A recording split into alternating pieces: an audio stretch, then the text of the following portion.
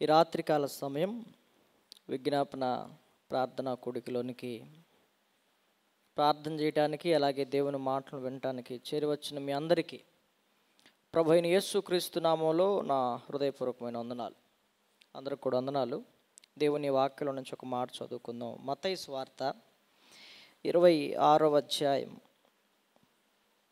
39వ వచనాన్ని మనం చదువుకుందాం. లేకపోతే మత్తయి సువార్త 26వ అధ్యాయం 38 కూడా చదువుకుందాం. 38, 39. మత్తయి సువార్త 26వ అధ్యాయం 38, 39 వచనాలు. అప్పుడు యేసు మరణమగునంతగా నా ప్రాణము బహు దుఃఖములో మునిగి ఉన్నది. మీరు ఇక్కడ నిలిచి నాతో కూడా మెలకువగా నుండుడని వారితో చెప్పి కొంత దూరము వెళ్ళి సాగిలపడి, ఇది మనకు ప్రాముఖ్యం ఈరోజు, నా తండ్రి, సాధ్యమైతే ఈ గిన్నె నా యొద్ద నుండి తొలగిపోనిమ్ము, అయినను నా ఇష్ట ప్రకారం కాదు, నీ చిత్త ప్రకారమే కానిమ్మని ప్రార్థించను. చాలు. చదవబడిన లేఖన భాగాన్ని మనం గమనిస్తే, సాక్షాత్ ఇక్కడ యేసు ప్రభు వారు మన మానవ శరీరాన్ని ధరించుకున్నప్పుడు ఆయన చివరి దినాల్లో బహు దుఃఖములో మునిగిపోయి చేసినటువంటి ప్రార్థన. ఈ మానవ శరీరంతో ఉన్నాడు కాబట్టి ఆయన అడుగుతున్నాడు, నా ఇష్ట ప్రకారం కాదు, అంటే తీసేయమంటున్నాడు. నీ చిత్తమైతే ఈ గిన్నె, సాధ్యమైతే ఈ గిన్నె నా యొద్ద నుండి తొలగిపోనిమ్ము అంటున్నాడు. కానీ అయినను అంటే మానవ మనసుతో మనం ఏమంటామంటే, కొన్నిసార్లు మనం ప్రార్థన చేసేటప్పుడు అయ్యా ఇది తీసేయి అని మనం అడుగుతాం. కానీ అయినను మనం ఏం అడగాలంటే, నా ఇష్ట ప్రకారము కాదు, నీ చిత్త ప్రకారమే కానిమ్మని ప్రార్థన చేయటం మనం నేర్చుకోవాలి. ఈరోజు మన అంశ భాగం ఇదే. దేవుని దగ్గరికి వచ్చి చాలా మనం అడుగుతాం, చాలా ప్రార్థనలు, విజ్ఞాపనలు, యాచనలు చేస్తాం. చేసేటప్పుడు చాలాసార్లు మనం అడిగేది ఏంటంటే, మనకిష్టమైనవి కావాలని అడుగుతాం, మనకి అనుకూలమైనవి కావాలని దేవుణ్ణి అడుగుతాం. కానీ మనం అడగాల్సిన ప్రార్థన ఏంటంటే, నా ఇష్ట ప్రకారం కాదయ్యా, నీ చిత్త ప్రకారమే కానివ్విక అని మనం ప్రార్థించటం నేర్చుకోవాలి. మరలా మరొక విషయాన్ని నేను మీకు గుర్తు చేస్తాను. 26వ అధ్యాయం మత్తయి సువార్త 42వ వచనం కూడా చదవండి. మరలా రెండవ మారు వెళ్ళి, నా తండ్రి, నేను దీనిని త్రాగితేనే గాని ఇది నా యొద్ద నుండి తొలగిపోవుట సాధ్యము కాని ఎడల నీ చిత్తమే సిద్ధించునుగాక అని ప్రార్థించాడు. ఇది కూడా ఈ దినాల్లో ప్రభు మనకు నేర్పించినటువంటి మాదిరికరమైన ప్రార్థన. మనం ఏం అడగాలి మనం ప్రార్థనలో? నా ఇష్ట ప్రకారం కాదు ప్రభువా, నీకు సమస్తము సాధ్యమే, అయినప్పటికీ నేను అడిగినట్లు కాదు ప్రభువా, నేను కోరుకున్నట్లు కాదు ప్రభువా, నీ చిత్త ప్రకారమే జరిగించమని సాక్షాత్తు ప్రభువే ప్రార్థన చేశారు. నీకు ఇష్టమైతే తీసేయి, నీకు ఇష్టం లేదా ఉంచేయి. ఈ పరిస్థితులని కొన్నిసార్లు మనం కూడా మనకు అనుకూలంగా, ప్రతికూలమైన పరిస్థితులు ఉన్నాయి అనుకోండి, మనకు అనుకూలత కోసం మనం దేవుణ్ణి అడుగుతాం. మానవ మనసు అట్లా మనల్ని ప్రేరేపిస్తుంది. కానీ మనం అడగాల్సిన ప్రార్థన ఏంటంటే, నా ఇష్ట ప్రకారం కాదయ్యా, నీ చిత్త ప్రకారమే కానివ్వు. మన స్వచిత్తం వేరు, దేవుని చిత్తం వేరు. మన సొంత ఇష్టాలు వేరు, దేవుని ఇష్టాలు వేరు. మనకు అనుకూలమైనవి వేరు, దేవునికి అనుకూలంగా ఉండేది వేరు. విషయాన్ని మనం గమనించాలి. కాబట్టి బైబిల్లో దీనికి అనుగుణంగా ఇంకొక సందర్భాన్ని నేను మీకు గుర్తు చేస్తాను, అర్థం కావడానికి. మన పరిస్థితులన్నిటినీ మనం అర్థం చేసుకోవచ్చు. దేవుని వాక్యంలో ఇంకొక మాట నేను మీకు గుర్తు చేస్తాను. కొరింథీయులకు రాసిన 2వ పత్రికలో మనకు ఒక మాట వ్రాయబడుతుంది.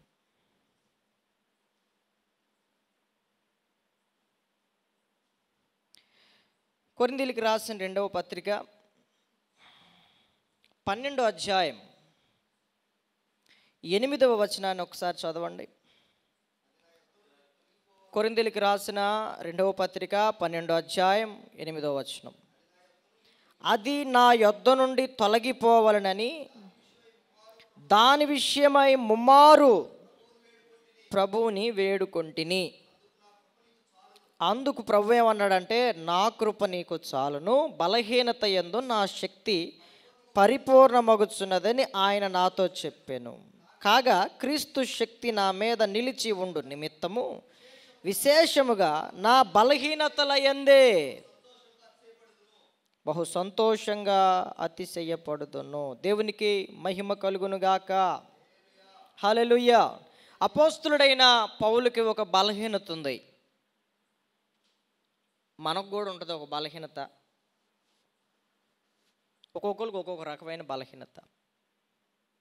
కొన్నిటిని వేడుకుంటే దేవుడు తనకిష్టమైతే మనలో నుండి తీసేస్తాడు. కానీ ఈయన ప్రార్థన చేసినప్పుడు ఏమంటున్నాడంటే, ఒకసారి కాదు, 2 సార్లు కాదంట. మనం చదివాం కదా, అది నా యొద్ద నుండి తొలగిపోవాలని దాని విషయమై ముమ్మారు ప్రభువుని వేడుకున్నాడు. అంటే కొన్నిసార్లు ఆ బలహీనత తగ్గటం దేవుని చిత్తం అని మనం అనుకుంటాం. కొన్నిసార్లు దేవుని చిత్తం మన చిత్తానికి వ్యతిరేకంగా ఉంటుంది. ఎలా ఉంటుందంటే, దాన్ని అలా ఉండని, నా కృప నీకు చాలును అని అంటున్నాడు. అది దేవుని చిత్తం. అపోస్తుడైన పౌలు కూడా దేవుని చిత్తానికి తనను తాను అప్పగించుకున్నవాడు. అపోస్తుడైన పౌలు దేవుని యొక్క చిత్తానికి తనను తాను అప్పగించుకున్నవాడు.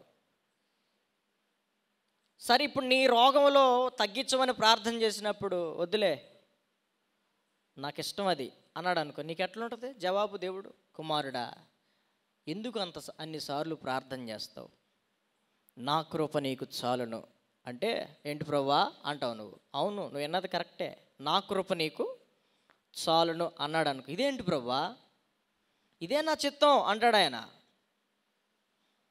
పౌలుతో అన్న మాట ఇది. ముమ్మారు దానిని నా యొద్ద నుండి తీసేయమని, తొలగిపోవాలని వేడుకున్నాను. కానీ ప్రభు ఏమన్నాడంట?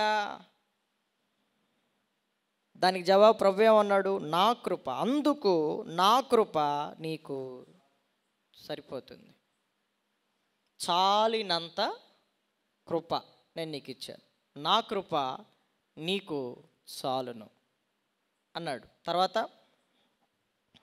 పౌలు అంటున్నాడు, బలహీనత యందు నా శక్తి పరిపూర్ణమగుచున్నదని ఆయన నాతో చెప్పాడు. ఇంకా ఏం చెప్పాడంట? బలహీనత యందు నా శక్తి నీలో ఏమవుతుంది? పరిపూర్ణమవుతుంది. ఇప్పుడు నీకు ఓకేనా అన్నాడు ప్రభు. ఓకే ప్రభా అన్నాడు. ప్రభు నీ దగ్గరకు కూడా వచ్చి అంటాడు, నీ బలహీనతలో అమ్మా ఏమన్నాడు అక్కడ? నా కృప నీకు చాలని అన్నాడు. తర్వాత బలహీనత యందు నా శక్తి నీలో ఏమవుతుంది? పరిపూర్ణమవుతుంది. అందుకని ఈ బలహీనత నీలో ఉండటం నా చిత్తం, నా ఇష్ట ప్రకారమే నేను ఫలానా బలహీనతను నీలో పెట్టాను. దీని ద్వారా ఏమవుతుందయ్యా, నేను రోజు బాగా నష్టపోతున్నాను, ఇబ్బంది పడుతున్నాను, నొప్పి కలుగుతుంది, బాధ కలుగుతుందంటే బాధపడకు. నీ బలహీనత యందు చెప్పండి, నా శక్తి పరిపూర్ణమగుచున్నదని చెప్పాను. ఇది పౌలుకే కాదు, ఈరోజు నానా విధములైన బలహీనతలతో స్వస్థత లేకుండా బాధపడుతున్న వాళ్ళతో ప్రభు అంటున్న మాట ఏంటంటే, మనం మొరపెడుతున్నప్పుడు చాలాసార్లు కొన్ని బలహీనతలకు మొరపెడతాం, కొన్ని తగ్గుతాయి, కొన్ని తగ్గవు. ఎందుకు తగ్గవు అంటే అర్థం ఏంటంటే, ప్రభు ఏమన్నాడు అక్కడ, నా కృప నీకు నువ్వు ఎన్నిసార్లు మొరపెట్టుగాక నా కృప ప్రతిధ్వనిస్తూ ఉంటుంది అన్నమాట. ఇంకా ఏమంటున్నాడు, నీ బలహీనత యందు నా శక్తి నీలో పరిపూర్ణమగుచున్నదని చెప్పాడు. దేవుడి మాటలు ఈ రీతిగా నీతో మాట్లాడితే నువ్వు ఒప్పుకుంటావా? ఇప్పుడు ఎట్టి వ్యాధి కలిగిన వారైనా వచ్చినప్పుడు స్వస్థపరచడం అనే అనుభవం వేరు. ఇదేం అనుభవం? అది అవిశ్వాసులకి. ప్రభు గురించి ఎరగని వాళ్ళని ప్రభు తన వైపు ఆకర్షించుకోవటానికి, ప్రభు యొక్క గొప్పతనాన్ని తెలియపరచుకోవడానికి దేవుడు కొన్ని కార్యాలు చేస్తాడు, పొద్దుగూకులు చేయడట్ని. మరి విశ్వాసుల పరిస్థితి ఏంటి? వాక్యంలో లోతుగా ఎదుగుతున్న వాళ్ళకు కూడా బలహీనతలు వచ్చినప్పుడు ప్రభు ఏమంటాడంటే, నిన్ను వెంటనే స్వస్థపరచనురా, నేను నిన్ను నా కృప నీకు చాలును, నీ బలహీనతలో నా శక్తిని నీలో పరిపూర్ణం చేయటానికి నా చిత్త ప్రకారంగా నేనే నీకు ఆ బలహీనతని లోపలుంచాను అంటాడు ప్రభు. దేవునికి స్తోత్రం. హల్లెలూయా, హల్లెలూయా. అందుకని పౌలు అంటాడు, కాగా క్రీస్తు శక్తి నా మీద నిలిచియుండు నిమిత్తము, అంటే ఫుట్నోట్లో లేక నన్ను కప్పు నిమిత్తము, క్రీస్తు యొక్క శక్తి నిన్ను కప్పు నిమిత్తము విశేషముగా నా బలహీనతల యందే బహు సంతోషంగా అతిశయపడుతున్నాను. చెప్పండి, దేవుడు తన చిత్తానుసారంగా ఒక బలహీనతని మన శరీరంలో పెడితే ఏమవుతుంది చెప్పండి? ఇప్పుడు మీకు అది స్వస్థపరచబడకపోతే ఎంత ప్రార్థన చేసినా, అంటే దేవుడు నీలో ఏం కోరుకుంటున్నాడు? క్రీస్తు యొక్క శక్తి చేత నిన్ను కప్పటానికి ఆయన ఆశపడుతున్నాడు. దేవునికి స్తోత్రం. హల్లెలూయా, హల్లెలూయా. సర్వోన్నతుని యొక్క శక్తి నిన్ను కమ్ముకుంటుంది అని బైబిల్ గ్రంథంలో మరియమ్మ గారి గురించి రాయబడింది. ఏం కమ్ముకుందామరే? ఏం కమ్ముకున్నాయి? సర్వోన్నతుని యొక్క శక్తి కమ్ముకున్నప్పుడు ఆమె గర్భం ధరించింది. క్రీస్తు యొక్క శక్తి నిన్ను చేత నువ్వు కప్పబడినప్పుడు నీ బలహీనతల్లో నువ్వు అతిశయించగలుగుతావు. కారణం ఏంటంటే క్రీస్తు యొక్క శక్తి చేత కప్పబడిన వ్యక్తివి. క్రీస్తు యొక్క శక్తి నీలో ఏమవుతుంది? పరిపూర్ణం అవుతుంది. అందుకని తర్వాత అంటాడు, విశేషముగా నా బలహీనతలు యందే బహు సంతోషంగా అతిశయపడుతున్నాను. 10వ వచనం, నేను ఎప్పుడు బలహీనుడునో అప్పుడే బలవంతుడను గనుక క్రీస్తు నిమిత్తము నాకు కలిగిన బలహీనతలలోను, నిందలలోను, ఇబ్బందులలోను, హింసలలోను, ఉపద్రవములలోను నేను సంతోషించుచున్నాను. దేవునికి మహిమ కలుగునుగాక. హల్లెలూయా. ఒక బలహీనతే కాదు, ఏమున్నాయంట ఆయనకి? అమ్మా, నిందలు, ఇబ్బందులు, హింసలు, ఉపద్రవాలు, వీటన్నిటిలో కూడా అతను సంతోషించగలుగుతున్నాడంటే ప్రభువు చిత్తము వలన ఆయనకు సంభవించిన పరిస్థితులు. ప్రభువు యొక్క చిత్త ప్రకారము పౌలు జీవితంలో కొన్ని బలహీనతలు పెట్టాడు, కొన్ని ఉపద్రవాలు పెట్టాడు, కొన్ని ఇబ్బందులను పెట్టాడు, కొన్ని హింసలను పెట్టాడు, కొన్ని నిందలను పెట్టాడు. వాటన్నిటిలో అతడు సంతోషంగా ఉండటానికి గల కారణం ఏంటంటే ఆయనకు అర్థమైపోయింది. ఫస్ట్లోనే చెప్పాడుగా, నా కృప నీకు చాలును, నీ బలహీనతల యందు నా శక్తి నీలో పరిపూర్ణమవుతుంది, నీ బలహీనతల యందు నా శక్తి నిన్ను కప్పుకుంటుంది, కమ్ముతుంది. కాబట్టి పౌలేమంటున్నాడు, నేను ఎప్పుడు బలహీనున్నో అప్పుడే బలవంతుణ్ణి అని అంటున్నాడు. ఇది ప్రతి విశ్వాసీ జీవితంలో నేర్చుకోవలసినటువంటి వాక్య సత్యం. ప్రతిసారి ఏదన్నా వస్తే చాలు తొలగిపోవాలి అనుకుంటాం. ప్రభు అంటాడు, అది ఉండటం నాకు ఇష్టం, అది ఉండటం నాకు ఇష్టం, నా ఇష్టం, నా చిత్తం అది. నీకేంటి కష్టం అంటాడు. అవును ప్రభు, నాకు కష్టమే. ఎందుకంటే మన ఇష్టాయిష్టాలు వేరు, దేవుని యొక్క ఇష్టాయిష్టాలు వేరు. మన తలంపుల వంటివి కాదు. ఎప్పుడు గుర్తుపెట్టుకోండి, యెషయా ప్రవక్త అంటాడు కదా, మీ తలంపుల వంటివి కాదు ఆయన తలంపులు, మీ త్రోవల వంటివి కాదు ఆయన త్రోవలు. భూమికి ఆకాశానికి ఎంత ఎత్తున్నాయో మనకి దేవునికి అంత దూరం ఉంటుంది ఆలోచనల్లో. తూర్పుకి పడమరకి ఎంత దూరమో దేవుని యొక్క ఉద్దేశాలకి మన ఉద్దేశాలకి అంత దూరం ఉంటుంది. కాబట్టి కొన్నిసార్లు దేవుడు మనల్ని ఇబ్బందులు గుండా నడిపిస్తాడు. మనమేమంటాం, ప్రభువా ఇబ్బంది తీసేయి. మనమే ఏమని ప్రార్థన చేస్తాం, నజరేయుడైన యేసు నామములో ఈ ఇబ్బంది తొలగిపోవును గాక అని కేకలేసి ప్రార్థన చేస్తాం. ప్రభు అంటే ఎందుకు అట్టరుతో నాకు ఇష్టం, అది నాకు ఇష్టం. మీరు అంత బాధపడిపోతున్నావు, నా ఇష్ట ప్రకారమే ఆ ఇబ్బంది గుండా నేను మిమ్మల్ని నడిపిస్తున్నా. ఎందుకు ప్రభువా అంటే అంటాడు, నా శక్తి నిన్ను కమ్ముకోవాలి. దేవునికి స్తోత్రం. హల్లెలూయా, హల్లెలూయా. నీ బలహీనతలో, నీ ఇబ్బందిలో నా శక్తి నీలో ఏమవ్వాలి, పరిపూర్ణ. ఈ ఇబ్బందిలో 10%, ఇంకొక ఇబ్బంది వస్తుంది 20%, మరొక ఇబ్బంది ఉంటుంది 30%, 30, 40, 30 అంతలు, 60 అంతలు, 100 అంతలుగా దేవుని యొక్క శక్తి నీలో ఏమవ్వాలి, పరిపూర్ణం అవ్వాలి. ఛార్జింగ్ పెట్టి ఓ ఫోన్కి కాసేపుడు చూసుకుంటే 10 పాయింట్లు 5 పాయింట్లు పెరిగినట్టు అర్థమవుతుందా? ఛార్జింగ్ డిశ్చార్జ్ అయిపోయినప్పుడు, పూర్తిగా డెడ్ అయిపోయినప్పుడు ఫోన్కి ఛార్జింగ్ పెడతావు, బూస్టింగ్ ఇస్తున్నప్పుడు కొద్ది కొద్దిగా ఛార్జింగ్ ఏమవుతుంది, దాంట్లో బలహీనతలో కరెంటు, ఆ పవరు కొద్ది కొద్దిగా బ్యాటరీని ఛార్జ్ చేస్తున్నట్టు అసలు నా దగ్గర ఏమీ లేదు, ఇంకా నా బతుకింతే అనుకుంటే ప్రభు నీకు ఏం పెడతాడు, నీ బలహీనతలో డెడ్ అయిపోయిన ఫోన్కి ఛార్జింగ్ పెట్టినట్టు ఆ బలహీనతలో దేవుడు తన యొక్క శక్తి చేత నిన్ను నింపాలనుకుంటున్నాడు. తన శక్తి చేత నిన్ను కమ్ముకోవాలి అని అనుకుంటున్నాడు. ఇది నీ పట్ల దేవుని చిత్తం.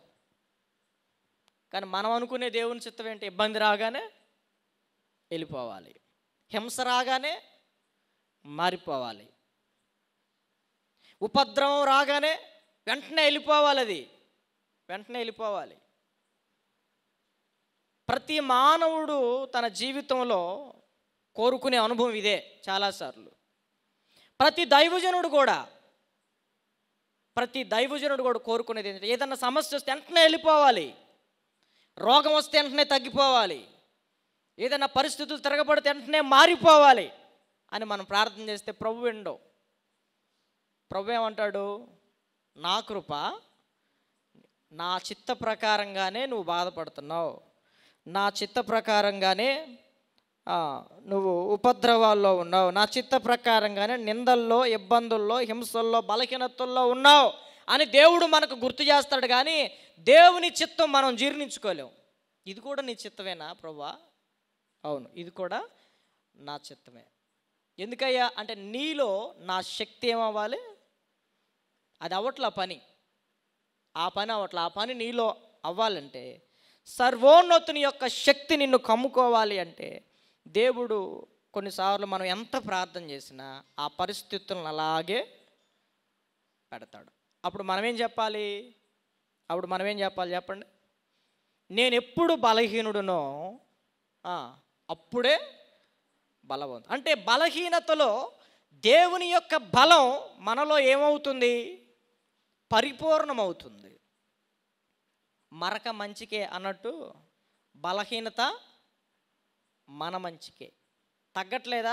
ఆ తగ్గిపోయినా దేవునికి స్తోత్రం, తగ్గకపోయినా నువ్వేమాలి, ప్రభువా ఈ బలహీనత నీ శక్తి నాలో పరిపూర్ణం చేయటానికి పెట్టావు, అందును బట్టి నేను నిన్ను స్తుతిస్తున్నాను అంటే దేవుడికి ఎంత ఘనత, దేవుడికి ఎంత మహిమ, దేవుడు ఎంత సంతోషపడతాడు.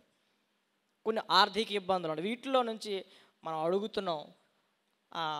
ఇవి చదువుకున్నప్పుడు మనకు గుర్తొస్తాడు, ఎందుకయ్యా పూర్తిగా విడుదలంటే ఇది ఉంటేనే నా శక్తిని నీలో పరిపూర్ణం అవుతుంది. ఒక్కొక్క మనిషికి ఒక్కొక్క ఏమంటారు దీర్ఘకాలిక సమస్యలాగా పెడతాడు దేవుడు, దాన్ని తీయడు. ముమ్మారు కాదు 100 మార్లు వేడుకో, 1,00,000 మార్లు వేడుకో, ప్రభు అనే మాట ఏంటంటే నా కృప నీకు చాలు, నా శక్తి నీలో పరిపూర్ణం అవుతుంది. నీ బలహీనతల యందు నువ్వు అతిశయించాలి, నీ బలహీనతల యందు నా శక్తి నిన్ను కమ్ముకోవాలి. ఇది దేవుని చిత్తం నీ పట్ల. అందుకని కొన్ని ప్రార్థనలకి దేవుడు జవాబు ఈ ప్రకారంగా ఇస్తాడు. జవాబు ఈకుండా ఉండడు, ప్రత్యుత్తరం ఈకుండా ఉండడు. నువ్వు కోరుకునే ప్రత్యుత్తరం వేరు, నువ్వు అడిగితే దేవుడు ఎలాంటి జవాబు ఇస్తే బాగుంటుందని నువ్వు ఊహించేది వేరు. దేవుడు నువ్వు ఊహించినట్టుగా జవాబు ఇవ్వడు, మన తలంపులు వంటివి తలంపులు కాదు ఆయనవి. అందుకని యేసు ప్రభు కూడా ప్రార్థన చేశాడు, బహు దుఃఖాక్రాంతుడయ్యామని, అయ్యా సాధ్యమైతే తీసేయి, అయినా నా ఇష్ట ప్రకారంగా, అసలు నేను అసలు అడగకూడదు, అట్లా నా ఇష్ట ప్రకారమైనవి ఎప్పుడూ నేను అడగకూడదు, మనం ఎప్పుడు అడగకూడదు, నీ చిత్తమే సిద్ధించుగాక అని ప్రార్థన చేశాడు. మనం కూడా పాటలో పాడతాం కదా, నీ చిత్తమే నాలో నెరవేర్చుమా, నీ చిత్తమే నాలో నెరవేర్చుమా అని పాడతాం. అడిగేటప్పుడు మాత్రం అన్ని మన ఇష్టాలే, మనం అడిగినట్టు దేవుడు చేయాలి. దేవుడు కోరుకున్నట్టుగా మనం బతకం, కానీ మనం అడిగినట్టు మాత్రం దేవుడు చేయాలని కోరుకుంటాం. ఇది ఎక్కడ న్యాయం? ఎవరికైనా సరే ఇది ఎక్కడ న్యాయం? కాబట్టి నా దేవుని ప్రియులారా, ప్రతిసారి మనం అడిగింది చేస్తేనే దేవుని చిత్తం కాదు. మనం అడిగిన దానికి కొన్నిసార్లు దేవుని చిత్తం వ్యతిరేకంగా ఉంటుంది. దాన్ని మనం గమనించుకోగలగాలి, ఏది దేవుని చిత్తం అనేది. ఎందుకు నా ప్రార్థనకి ఇంకా జవాబు, సంపూర్ణమైన విడుదల ఎందుకు కలగట్లా అంటే, మనం ఇప్పుడు చూసాం పౌలు జీవితంలో మన బలహీనతల యందు మనం అతిశయపడాలి. ఇతరులకు ఏం చెప్పాలి? అమ్మ ఏంటి రోగాలు, ఏంటి సమస్యలు అంటే వాళ్ళతో మనం సంతోషంగా చెప్పాలి, మేము ఇబ్బందుల్లోనూ సంతోషిస్తాం, నిందల్లోనూ సంతోషిస్తాం, ప్రతి ఒడిదుడుకుల్లోనూ మేము సంతోషిస్తాం. మేము ఎప్పుడు బలహీనులమో అప్పుడు బలవంతులమి. సమస్య మమ్మల్ని ఏం చేస్తుందంటే ప్రభువులో మమ్మల్ని బలవంతులను చేస్తుంది. అందుకే కొరింథీ పత్రికలు అంటాడు, మా బాహ్య పురుషుడు కృషించుచున్నను, మా అంతరంగ పురుషుడు దినదినము నూతన పరచబడుచున్నాడు అని అంటారు. దేవునికి మహిమ కలుగును గాక. హల్లెలూయా, హల్లెలూయా. అంటే పరిస్థితులను బట్టి మన బాహ్య శరీరం కృంగిపోయిన. 2వ కొరింథీ రాసిన పత్రిక 4వ అధ్యాయము 16వ వచనం.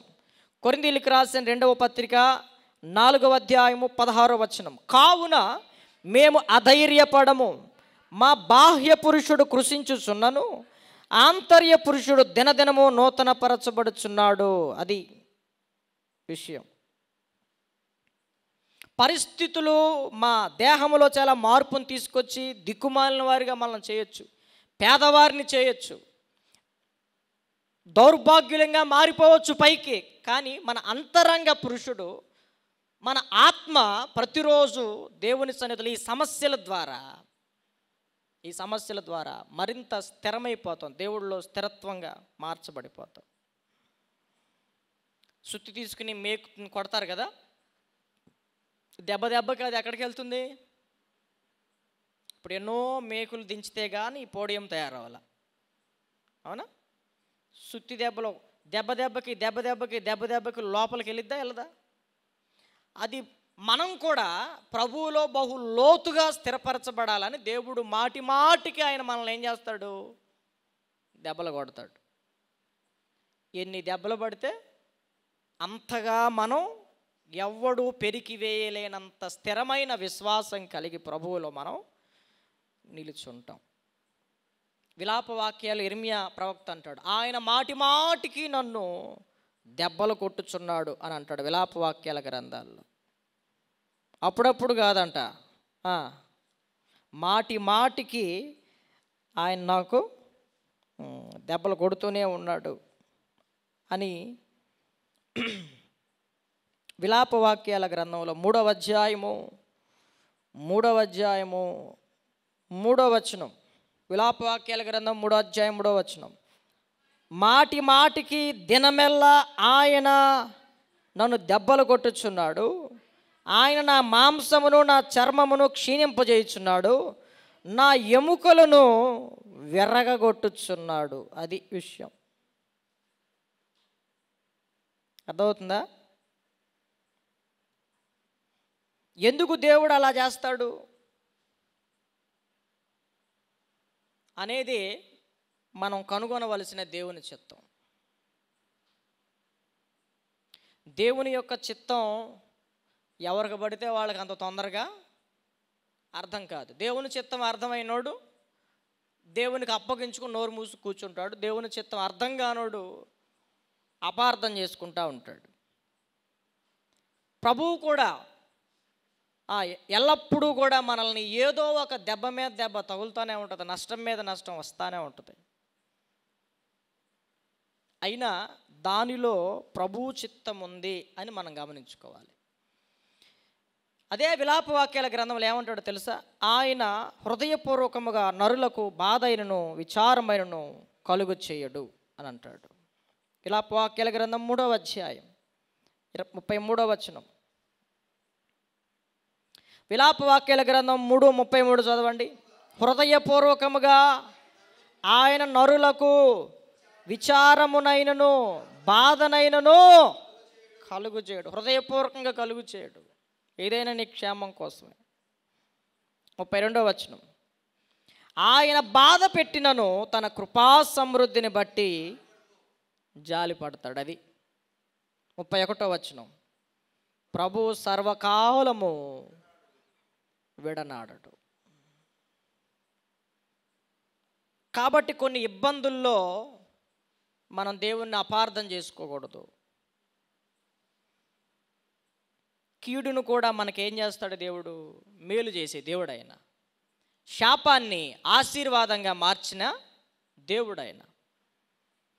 కొన్నిసార్లు ప్రతికూలమైన పరిస్థితులు గుండా దేవుడు మనల్ని నడిపించేది ఎందుకంటే నీ బలహీనతలో చాలినంత కృప చూపించటానికి, ఆయన శక్తి చేత నిన్ను ఆవరించటానికి, నీ బలహీనతల్లో ఆయన శక్తిని నీలో పరిపూర్ణం చేయటానికి రకరకాల ఇబ్బందులు, ఉపద్రవాలు, నిందలు, అవమానాల గుండా దేవుడు నిన్ను నడిపిస్తాడు.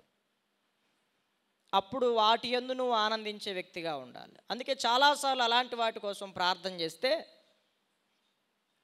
ప్రభు త్వరగా మనకేమివ్వడో, విడుదల ఇవ్వడో. అప్పుడైనా నీకు అర్థం చేసుకోవాలి. ప్రభువుని అప్పుడు కూడా అపార్థం చేసు, ఏది పడితే అది మాట్లాడుతూ, అప్పుడే సనుగులు, సంశయాలు, లేనిపోయిన మాటలన్నీ, దేవునికి విరోధమైన మాటలన్నప్పుడు మనం మాట్లాడుతూ ఉంటాం. కాబట్టి ఆయన నరులకు హృదయపూర్వకంగా బాధ అయినను విచారమైన ఆయన కలుగు చేయడు. ఒకవేళ కలుగు చేసినా తన కృపా సమృద్ధిని బట్టి జాలిపడతాడు. ఈరోజు నీకు ఎన్ని బలహీనతలు ఉన్నాయి, ఎంత ప్రార్థన చేస్తున్నావు? కొన్ని ప్రార్థనలకి ఇంకా జవాబు రాలా అంటే ఇంకా ప్రభు చిత్తం కాదు అనే మనం అర్థం చేసుకోవాలి. నీ చిత్తం ఏంటి? ఇప్పుడే కావాలి. ప్రభు చిత్తం ఏంటి? ఇంకొంచెం టైం ఉంది అని అంటాడు ఆయన. ఇంకాస్త సమయం ఉంది, ప్రతి దానికి సమయం కలదు. కాబట్టి నా దేవుని ప్రియులారా, మనం నేర్చుకోవాల్సిన విషయం ఏంటంటే, నా ఇష్ట ప్రకారం కాదు ప్రభువా, నీ చిత్త ప్రకారమే జరిగించు అని అడగాలి. పేతురు రాసిన మొదటి పత్రిక 3వ అధ్యాయము 17వ వచనం. పేతురు రాసిన మొదటి పత్రిక 3వ అధ్యాయం 17వ వచనం చదవండి ఒకసారి. దేవుని చిత్తము అలాగు ఉన్న ఎడల కీడు చేసి శ్రమపడుట కంటే అది మేలు చేసి శ్రమపడుటయే బహు మంచిది. ఏది మంచిదంట? దేవుని చిత్తం ఎలాగుంది? కీడు చేసి శ్రమ పడటమా దేవుని చిత్తం? దేవుని ఇష్టం ఏంటంట? మేలు చేసి శ్రమ పడుటయే దేవుని యొక్క చిత్తం. తప్పిదములకై దెబ్బలు తింటే ఏం ప్రయోజనం? ఇటువంటి తప్పులు లేకపోయినా దెబ్బలు తింటమే దేవుని యొక్క చిత్తం. కాబట్టి నా దేవుని ప్రియులారా, దేవుని చిత్తం అలాగుంది నీ పట్ల. నీ బలహీనతను అలా ఉండని దేవుని చిత్తం. బలహీనతతో ఉంటూ దేవుని యందు ఆనందించటం దేవుని చిత్తం. శ్రమ పడుతూ శ్రమలలో దేవుని యందు ఆనందించటం దేవుని చిత్తం. ఉపద్రవాలలో ఉంటూ అనుభవిస్తూ ప్రభువులో ఆనందించటం దేవుని చిత్తం. నువ్వు అనుకునే విధానం కాదు దేవుని చిత్తం. కాబట్టి ఇట్లాంటివి మనకి బైబిల్ గ్రంథంలో చాలా అనుభవాలు మనకు కనబడతాయి. మరొక విషయాన్ని కూడా నేను మీకు జ్ఞాపకం చేస్తాను. చూడండి, పేతురు రాసినటువంటి మొదటి పత్రిక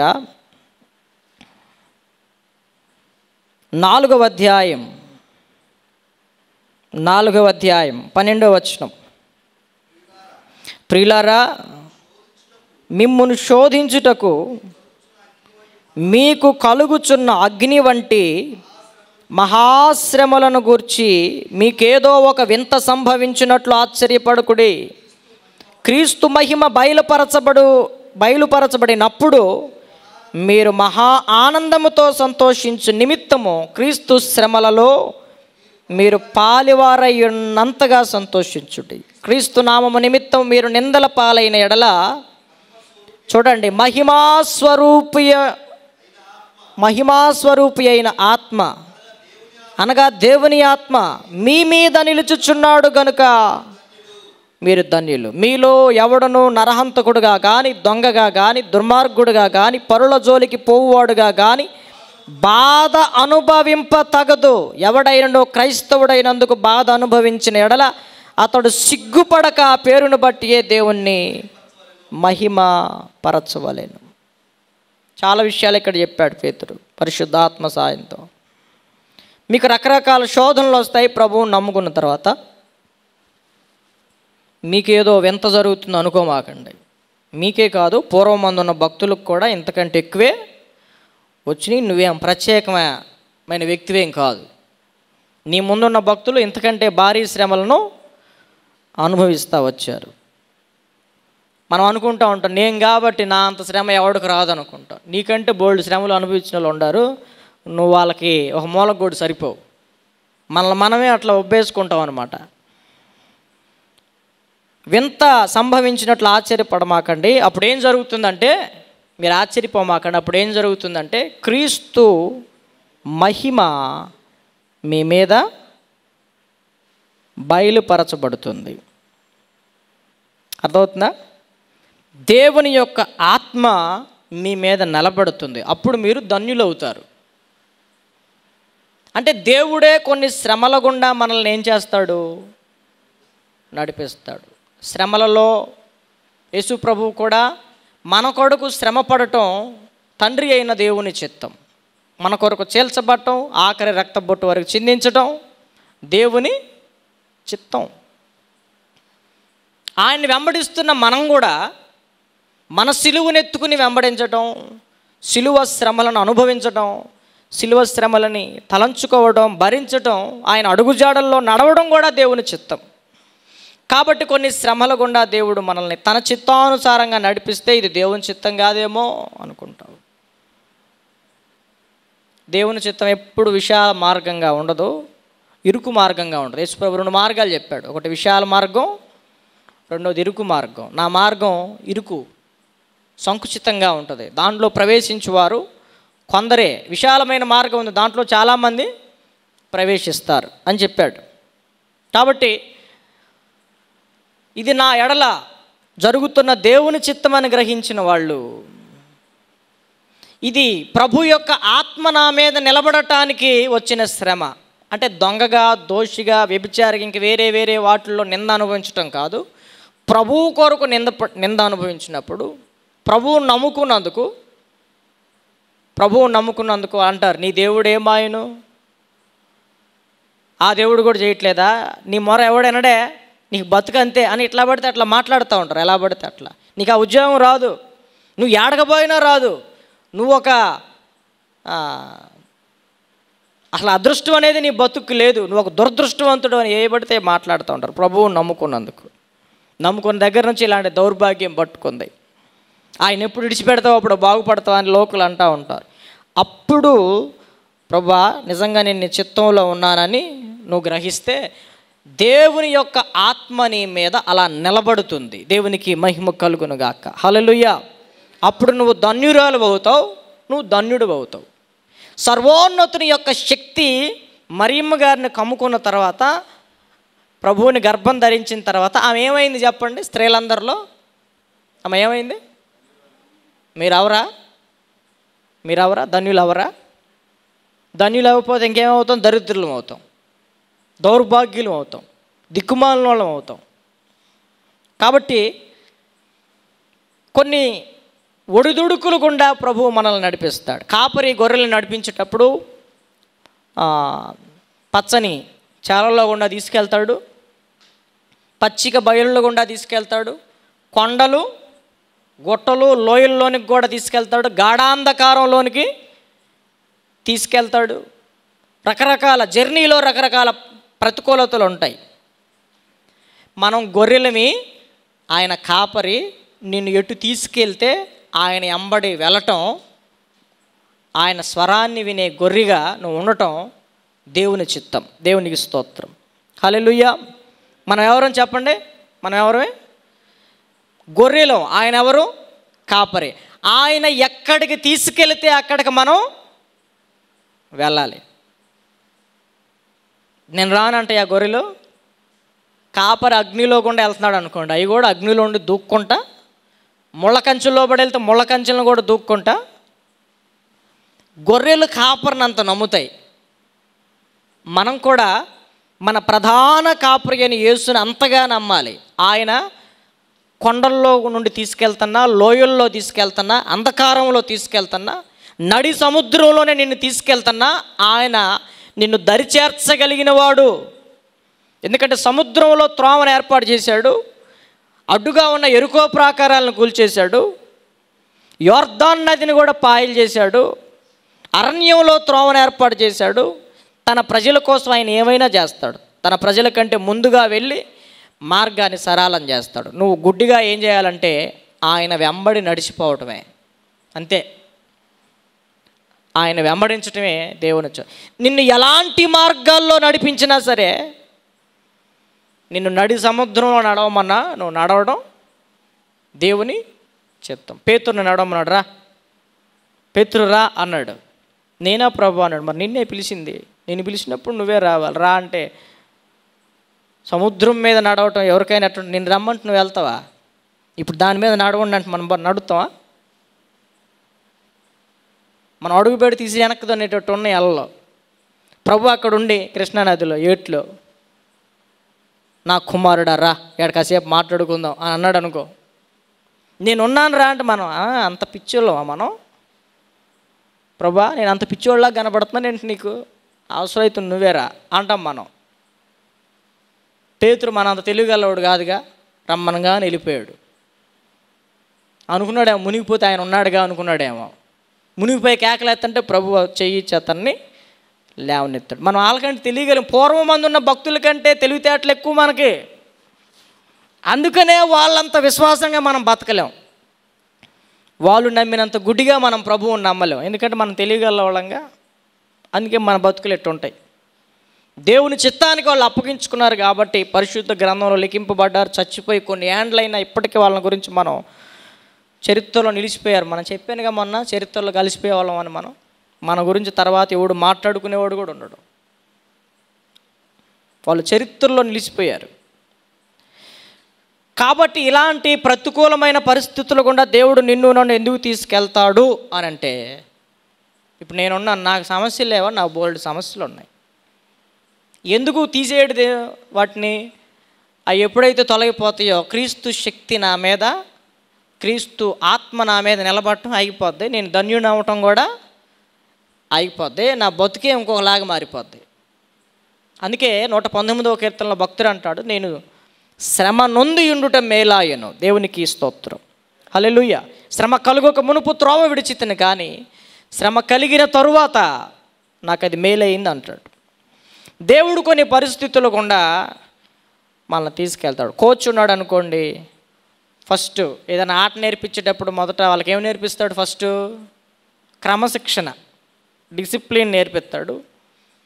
తర్వాత ఎక్సర్సైజులు నేర్పిస్తాడు, ఫండమెంటల్స్ నేర్పిస్తాడు.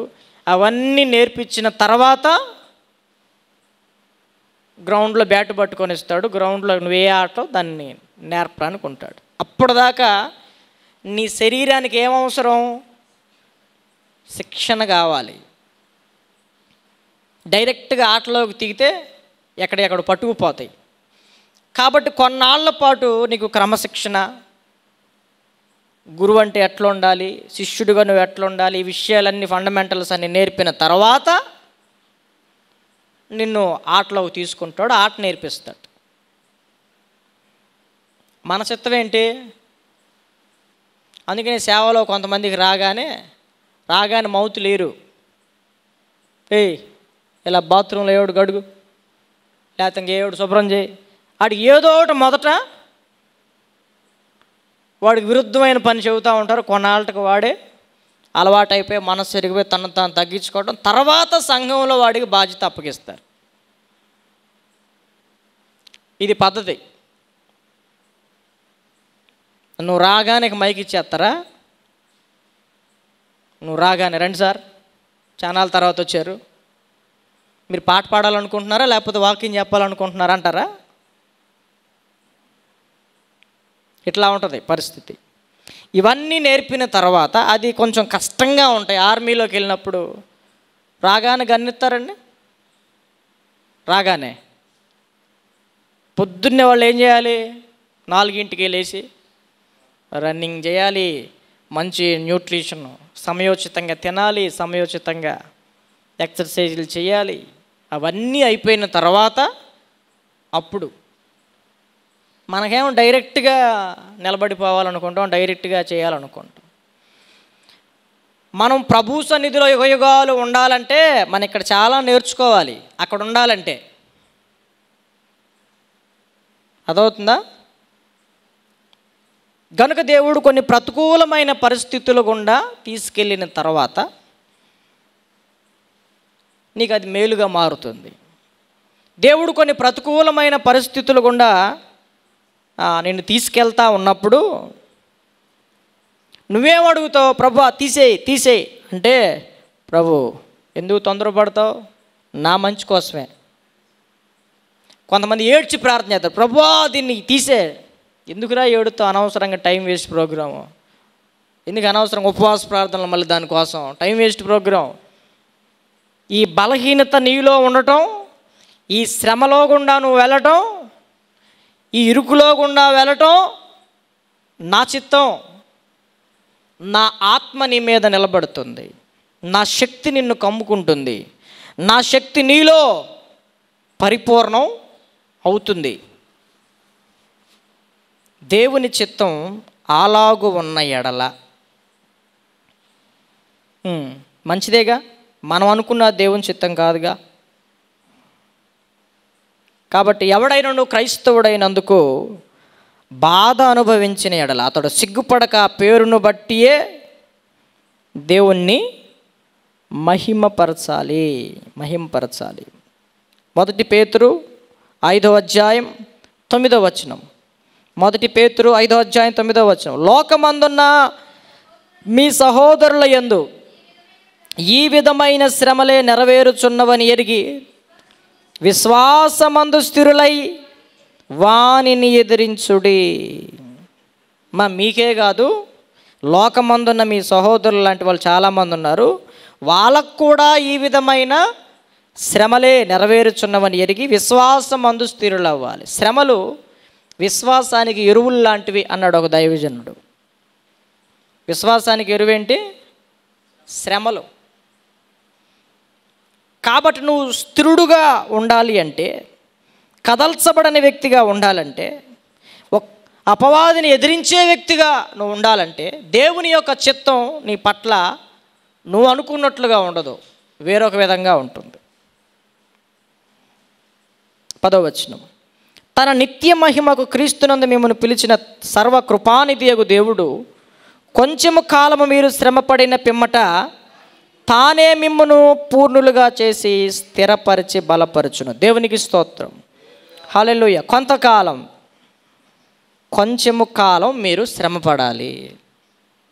శ్రమపడిన తరువాత ఆయన మిమ్మల్ని ఏం చేస్తాడంటే పూర్ణులుగా చేసి స్థిరపరుస్తాడు, బలపరుస్తాడు. కాబట్టి కొన్ని బలహీనతలు తగ్గలేదంటే నువ్వేం అపార్థం చేసుకో మాకు. దేవుడు శక్తి లేనోడు కాదు. నీ విశ్వాసంలోనూ తప్పు పట్టట్ల దేవుడు. నీ విశ్వాసంలోనూ లోపం లేదు, దేవుని శక్తిలోనూ లోపం లేదు. మరి ఏం జరుగుతుంది? ఆ బలహీనత నీలో ఉండటం దేవుని చిత్తం. క్రీస్తు యొక్క శక్తి నిన్ను కమ్ముకుంటుంది. క్రీస్తు యొక్క శక్తి నీలో పరిపూర్ణం అవుతుంది. దేవుని యొక్క ఆత్మ నీ మీద నిలబడతాడు. నువ్వు ధన్యురాలు అవుతావు, ధన్యుడు అవుతావు. అందుకని మనం ఏం ప్రార్థించాలి? ప్రభువా, ఏం ప్రార్థించాలి? నా ఇష్ట ప్రకారము కాదు, నీ చిత్త ప్రకారమే, నీ చిత్త ప్రకారమే అని ప్రార్థన చేయాలి. మరొక విషయాన్ని చెప్తాను. నాకు తెలిసి ఇప్పుడు అయ్యేటట్టు ఏం కనపట్లే. ప్రభు చిత్తం అయితే వచ్చే వారం కూడా మీకు కొన్ని చెప్తాను. మరి అంత ఉంది. 1 కొరింథీ 12వ అధ్యాయం 18వ వచనం. కొరింథీయులకు రాసిన మొదటి పత్రిక 12వ అధ్యాయం 18వ వచనం ఒకసారి చదవండి.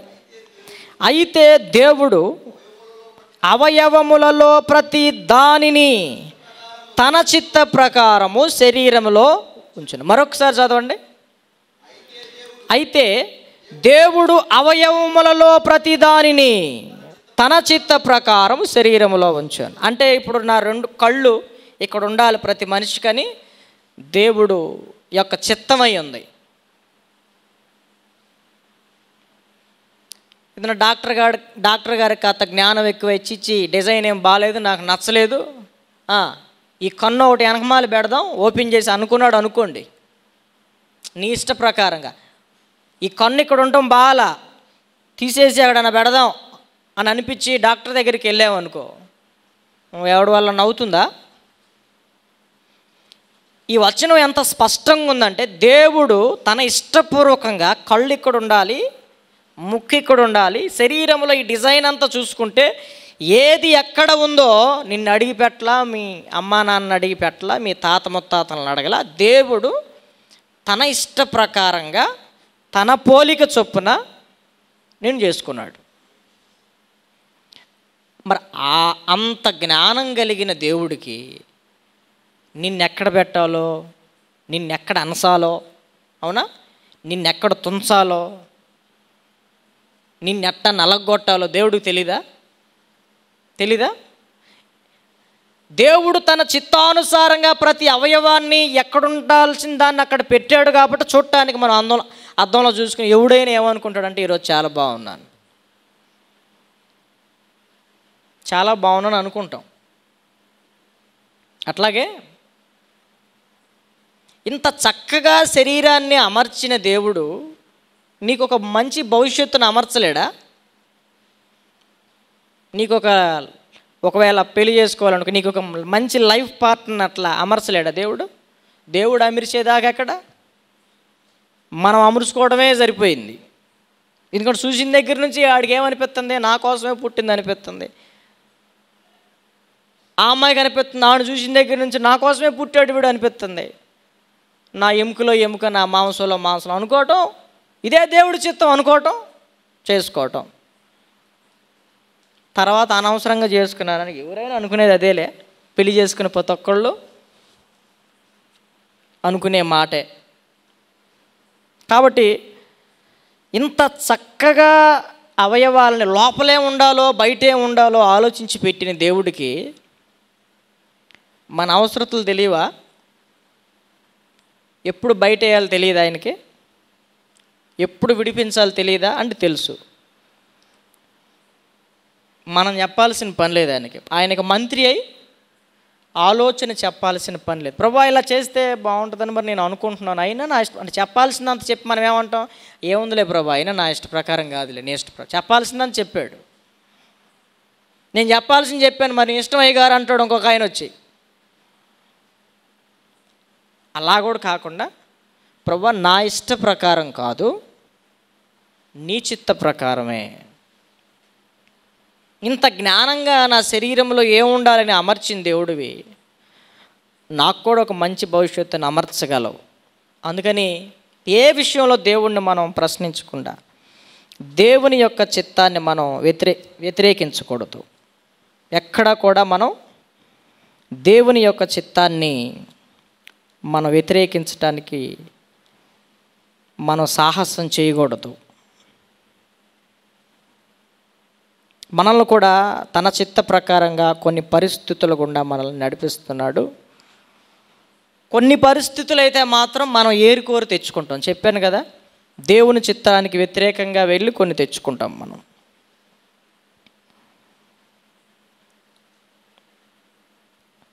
కాబట్టి ఇట్లాంటివి మనకి బైబిల్ గ్రంథంలో చాలా కనబడతాయి. కాబట్టి మనం అర్థం చేసుకోవాల్సింది ఏంటంటే, దేవుడు తన చిత్త ప్రకారంగా వీటన్నిటిని అమర్చిన దేవుడు మనల్ని కూడా తన చిత్తానుసారంగా ముందుకు తీసుకెళ్ళటానికి కొన్ని పరిస్థితుల గుండా ముందుకు తీసుకెళ్తున్నాడు అన్న సంగతి నీకు అర్థం కావాలి. అది నీకు అర్థమైన రోజున, దేవుని చిత్తం అంటే నీకు అర్థమైన రోజున, దేవుని చిత్తానికి నిన్ను నువ్వు అప్పగించుకోవటానికి వీలు కలుగుతుంది. మరొక విషయాన్ని నేను మీకు జ్ఞాపకం చేయాలని ఆశపడుతున్నాను. దేవుని యొక్క వాక్యంలో మరొక విషయాన్ని చూద్దాం. రోమీలికి రాసిన పత్రిక 9వ అధ్యాయం 19వ వచనాన్ని ఒకసారి చూద్దాం. రోమా పత్రిక 9వ అధ్యాయం 19వ వచనం. అట్లయితే ఆయన చిత్తమును ఎదిరించిన వాడెవడు? ఆయన ఇకను నేరము మోపనేలా అని నీవు నాతో చెప్పుదువు. అవును కానీ ఓ మనుష్యుడా, దేవునికి ఎదురు చెప్పుటకు నీవెవడవు? నన్నెందుకు ఇలాగు చేసితివని రూపింపబడినది రూపించిన వానితో చెప్పునా?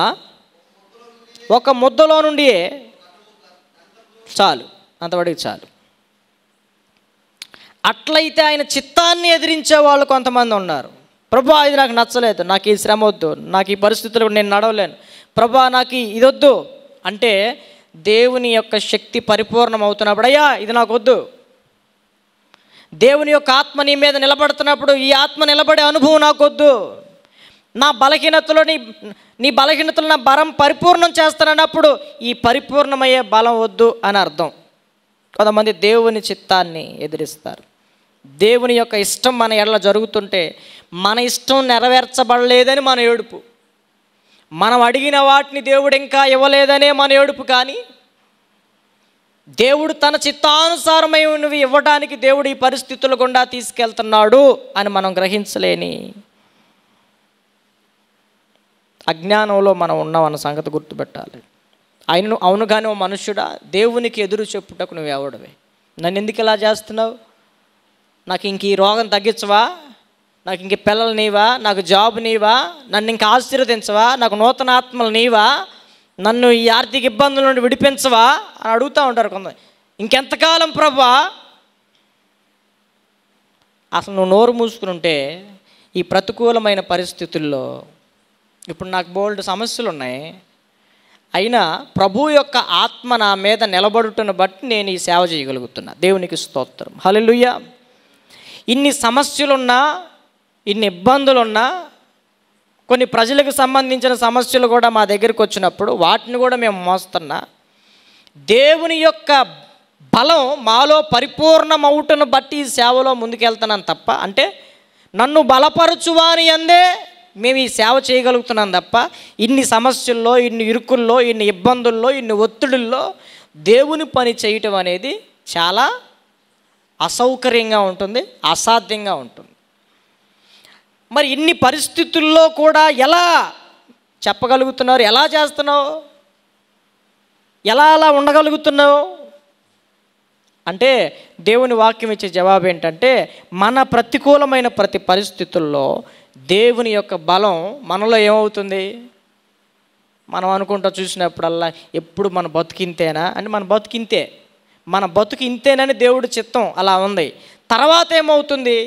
ఇట్లాంటి దుర్భరమైన పరిస్థితుల్లో మనలో మనకు తెలియకుండా జరుగుతున్న కార్యం ఏంటంటే, దేవుని యొక్క ఆత్మ మన మీద నిలబడుతున్నాడు. వద్దంటే చెప్పండి, విడిపించేసేస్తాడు. దేవుని ఆత్మ నిలబడేది ఉండదు, దేవుని యొక్క శక్తి నీలో పరిపూర్ణమయ్యేది ఉండదు, దేవుని యొక్క శక్తి నిన్ను కమ్ముకునే అనుభవం మాకొద్దు బాబోయ్ అంటే చక్కగా ఉపవాస ప్రార్థన పెట్టండి, నేను కూడా చేస్తాను. ప్రభు వింటాడా లేదా అనేది నాకు తెలియదేక, ప్రభు విడిపిస్తాడా లేదా అని మనకు తెలియదు. లేదు నాకు వద్దు ప్రభు అంటే విడిపించేస్తాడు. నాకు ఈ అనుభవాలు ఏం వద్దు ప్రభు అంటే విడిపించేస్తాడు. చాలామంది ప్రార్థన అదే, నాకు ఈ అనుభవాలు వద్దాయి, నేను పడలేను, నేను చేయలేను, నేను భరించలేను, నేను తాళుకోలేను, దయచేసి నాకు త్వరగా విడుదల కావాలి అంటే ఈ అనుభవాలన్నీ నువ్వు పోగొట్టుకుంటావు. కాబట్టి దేవుడే తన చిత్త ప్రకారంగా మనలో కొన్ని దైవ చిత్తానుసారమైన అనుభవాలు కలుగు చేస్తాడు. కొన్నిసార్లు ఒక సందర్భంలో అంటాడు కదా, దైవ చిత్తానుసారమైన దుఃఖం రక్షణార్థమైన మారు మనస్సుని మీకు కలుగు చేస్తుంది అని అంటాడు. అంటే దేవుడు తన చిత్త ప్రకారంగా కొన్నిసార్లు మనల్ని ఏం చేస్తాడో, వాక్యం విన్నప్పుడు దుఃఖం వచ్చిద్ది, మన తప్పు ఎత్తి చూపించినప్పుడు దుఃఖం వచ్చిద్ది, దేవుడు మనల్ని ప్రేమించి స్పర్శించిన అనుభవాన్ని గుర్తు చేసుకున్నప్పుడు దుఃఖం వచ్చిద్ది, పూర్వ దినాల్లో మన బతుకు ఇప్పుడున్న బతుకును గుర్తు చేసుకుంటే దుఃఖం వచ్చి, కొన్నిసార్లు దేవుడు తన చిత్తానుసారంగా కావాలనే ఏం చేస్తాడు, మనల్ని దుఃఖ పెడతాడు. దైవ చిత్తానుసారమైన దుఃఖం అట రక్షణార్థమైన మారు మనసును కలుగు చేస్తుంది. ఇట్టి మారు మనసు మరలా దుఃఖాన్ని పుట్టించదు. అయితే లోక సంబంధమైన దుఃఖము మరణాన్ని కలుగు చేస్తుంది అని పౌలు చెప్తాడు అక్కడ. దేవుడు ఎప్పుడు సంతోషపెడతాడా? లేదు, దేవుడు ఏడిపిస్తాడు కొన్నిసార్లు మనల్ని. కొన్నిసార్లు మనం ఏడవని వాళ్ళని కూడా, నాకు అస్సలు రాదు బ్రదర్ అంటే, ఏం పర్లేదు, ముందు బాగా ఏడుస్తావు, ఇబ్బంది లేదు. మీరు నవ్వుచున్న మీరు ధనిలు, నేనన్న మాటలు కాదు, నోటికి ఏది మడితే అది మాట్లాడుతూ ఉంటాడు, నేను మాట్లాడుతున్నా కాదు అది. నవ్వుచున్న మీరు ధన్యులు, తర్వాత ఏడుస్తారు అన్నాడు ఆయన. ఏడ్చున్న మీరు ధన్యులు, తర్వాత మీరు నవ్వుతారు అన్నాడు ప్రభు. కాబట్టి నేనేదో ఉద్దేశపూర్వకంగా మాట్లాడుతున్నాయి కాదు. ఇప్పటివరకు మీరు ఏడవకపోతే రానున్న దినాల్లో మీరు భారీగా ఏడవబోతున్నారు. అంతే కదా మరి వాస్తవం. ఇప్పటివరకు మీరు ఏడవకపోతే రానున్న దినాల్లో మీరు భారీగా, దైవ చిత్తానుసారమైన దుఃఖం అయితే బాగుంటుంది. నువ్వేదో పోగొట్టుకున్నావని, ఏదో నష్టమైపోయిందని ఏడుపు, పక్కనోడు ఏదో తెచ్చుకున్నాడని ఏడవటం కాదు, వాళ్ళ మీద పడి వీళ్ళ మీద పడి ఏడవటం కాదు. దైవ చిత్తానుసారమైన దుఃఖం కనుక నీకు వస్తే దేవుడు నీలో ఒక మార్పు కలుగుతుంది. రక్షణార్థమైన మారు మనస్సు, పశ్చాత్తాపముతో కూడిన కన్నీళ్ళు, ఇది దేవుడు కలుగు చేసే దుఃఖం. మనంగా ఏడిచే ఏడుపులు ఉంటాయి, దానివల్ల ఉపయోగం ఏమి? ఆ ఏడుపు మీ ఆయన వింటాడేమో, లేకపోతే మీ ఆవిడ ఏడుపు నువ్వు వింటావేమో, నీ ఏడుపు మీ ఆవిడ వింటదేమో, అంతే. తల్లిదండ్రులు ఏడుపు పిల్లలు వింటారు, పిల్లల ఏడుపు తల్లిదండ్రులు వింటారేమో, కానీ కొన్ని అనవసరమైన దానికోసం ఏడితే ప్రభు వినడు, ప్రభు చెవులు మూసుకుంటాడు. ప్రభువు చాలా డిస్టర్బెన్స్గా ఉంటుంది ఆ ఏడుపు ప్రార్థన. అదే దైవ చిత్తానుసారమైన దుఃఖం అయితే పశ్చాత్తాపంతో కూడి తనేమైనాడో తెలుసుకుని, దేవుడు ఏమైనాడో అర్థం చేసుకుని ఏడుస్తాడు. కాబట్టి ఆయన సంతోషపడతాడు. కాబట్టి దేవుడు తన చిత్తానుసారంగా మనల్ని ఏడిపిస్తాడు, బాధ పెడతాడు, రకరకాల అనుభవాలు గుండా. చెప్పాను కదా, కాపరి రకరకాల మార్గాలు గుండా నిన్ను నడిపిస్తాడు. గుడ్డిగా ఆయన నమ్మి వెనకబడి పోవటమే లేదు, మేము తెలియగలిగిన వాళ్ళమే, 2025లో ఉన్న మేము చాలా తెలియగలిగిన వాళ్ళమే. ప్రభు పేతురుని రమ్మన్నప్పుడు పేతురు వచ్చాడు కానీ మేము రాము, మునిగిపోతామని మాకు తెలీదా ఆ మాత్రం అని తెలివితేటలు ప్రదర్శిస్తే ఈ చరిత్రలో కలిసిపోతావు నువ్వు. ఇంకంతే. చెప్పుకోవడానికి నీ బతుక్కి ఇంకా ఏమి ఉండదు. నీ గురించి చెప్పుకోవడానికి నీలో ఏముంది? నాకు శ్రమలు వద్దు అంటున్నావు, దుఃఖం వద్దు అంటున్నావు, బాధ వద్దు అంటున్నావు, నేను భరించలేను అంటున్నావు, తీసేయమంటున్నావు. ఎంత త్వరగా అంత త్వరగా తీసేయమంటున్నావు. మరి దేవుని ఆత్మ నీ మీద ఎలా నిలబడతాడు? అందుకనే అపోస్తలుడైన పౌలు అంత శ్రమ పడ్డాడు కాబట్టి అంత పరిచర్య చేయగలిగాడు. దేవునికి స్తోత్రం. హల్లెలూయా, హల్లెలూయా. కాబట్టి దైవ చిత్తానుసారమైనవి మనం గుర్తించాలి. కాబట్టి నా ఇష్ట ప్రకారం కాదు ప్రభువా, నీ దేవుని యొక్క చిత్తాన్ని మనం ఎదిరించకూడదు. దానియేలు గ్రంథంలో ఒక మాట చదువుతాను, ముగిస్తాను. ప్రభు చిత్తం అయితే వచ్చే వారం ఏమైనా ఉంటే చెప్తాను. చూద్దాం. దానియేలు గ్రంథం 4వ అధ్యాయం 35వ వచనం. దానియేలు గ్రంథం 4వ అధ్యాయం 35వ వచనం. భూనివాసులందరూ ఆయన దృష్టికి ఎన్నికకు రానివారు, ఆయన పరలోక సేన ఎడలను భూనివాసుల ఎడలను తన చిత్తము చొప్పున జరిగించువాడు. ఆయన చెయ్యి పట్టుకుని నీవేమి చేయుచున్నావని ఆయనతో చెప్పుటకు ఎవడునూ సమర్థుడు కాడు. అదే విషయం. మన ఇంట్లో క్యాండిడేట్కి దండేసాడు అనుకోండి, లేపేసాడు అనుకోండి, మన ఫ్యామిలీలో రాత్రికి ఒకరిని ఎందుకు ఇలా చేసామని ధర్నా చేస్తే వస్తాడా? పోనీ ఉపవాస ప్రార్థన చేస్తే వస్తాడా? నువ్వు ఎందుకు ఇట్లా పుట్టించావు అని అడిగినా సమాధానం ఉండదు. అసలు నువ్వు అసలు పనికిరావు. ఎందుకండి చంపేసావని అడగటానికి కూడా నీకు రైట్స్ లేవు. ఎందుకు నాకు ఈ బలహీనత పెట్టావని అడగటానికి కూడా నీకు అసలు రైట్సే లేవు.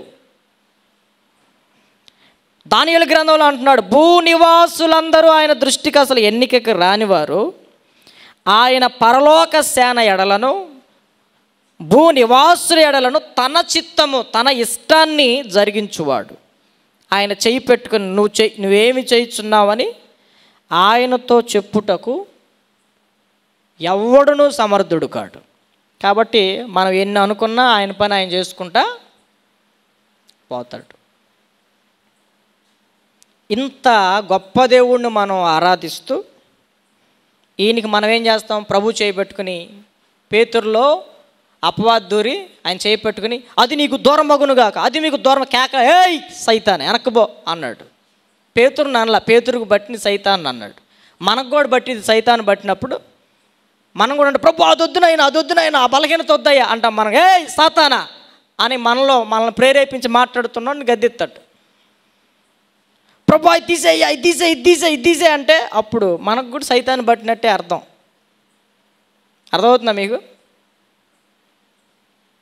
ఇప్పుడు మగపిల్లవాడు కావాలనుకుంది, ఆడపిల్లని ఇచ్చాడు. ప్రభు వద్దు తీసేయి అంటే తీసేసేది కాదు, అది ఇచ్చిన తర్వాత మగపిల్లవాడుగా మార్చేది కాదు. ఒకవేళ మగపిల్లవాడు అనుకున్న ఆడపిల్ల పుడితే ఆడపిల్లలని మగపిల్లవాడుగా తయారు చేస్తే ఆడిన అట్లా పెంచలేవు. కాబట్టి దేవుడు ఏది ఇస్తే అది తీసుకోవటం చాలా మంచిది. నువ్వు ఆశలు పెట్టుకోవటం, నిరాశపడటం, తర్వాత అమ్మాయి కోసం ఎదురు చూసిందంట, అబ్బాయి పుట్టాడంట, తెగ బాధపడిపోతుంది. నీ ఇష్టం కాదు. ఎవరినిచ్చినా వీళ్ళిద్దరు పోటీ వేసుకుంటున్నారంట. ఆమె అనుకుందంట నాకు అబ్బాయి పుడతాడు, ఈయన అనుకుంటే నాకు అమ్మాయి పుట్టిద్దని. ఎందుకు ఈ గోలంతా? వాళ్ళ అమ్మగారు అనుకుందంట, అమ్మాయిల అమ్మగారు నాకు ఎందుకో మీకు కవల పిల్లలు పుడతారు. ఎవడో ఒకడు ఎవడికి తోసిందో వాడు చెబుతూ ఉంటాడు. అసలు లోపల ప్రభు ఏం దాచాడో ఎవడికి తెలియదు. అవునా? మన చిత్తాలు ఎట్లా ఉంటాయి, మన ఇష్టాలు ఎలా ఉంటాయి. దేవుడు ఎవరికి ఏది ఇవ్వాలో అర్థమవుతుందిగా. దేవుడు ఎవరికి ఏది ఇవ్వాలో ఆయనకి తెలుసా, నీకు తెలుసా? ప్రభువా మరి ఆల్రెడీ ఇద్దరు ఆడపిల్లల్ని ఇచ్చావు, మరి ఇంకొకటి మగపిల్లడు అయితే బాగుంటుంది అనుకుంటున్నాను, మరి అందుకే ఉంచుకున్నాను. ప్రభు అంటాడు, నోరు మూసుకో, నీకు ఏం చేయాలో ఏది ఇవ్వాలో నాకు తెలుసు. ఆయన తన చిత్త ప్రకారం ముక్కు ఇక్కడ ఉండాలి, కళ్ళు ఇక్కడ ఉండాలని డిజైన్ చేసినోడు నీ గర్భంలో ఎవరిని ఉంచాలో, అసలు ఇవ్వాలో ఇవ్వకూడదో కూడా ఆయన డిసైడ్ చేస్తాడు. కొంతమందికి ఇవ్వడం. ప్రభువా ఏంటంటే, అవును ఇదే నా ఇష్టం, నా చిత్తం, నా చిత్తానికి లోబడితే నా ఆత్మ నీ మీద ఉంటుంది, నీ బలహీనతల్లో నిందల్లో నా శక్తి పరిపూర్ణమవుతుంది, నువ్వు ధన్యురాలు అవుతావు. ఇదేనా నా ఇళ్ళని చిత్తం? అవును, ఇంకేమైనా డౌటా, ఇంకో మారు ఏమైనా చెప్పాలా అంటాడు.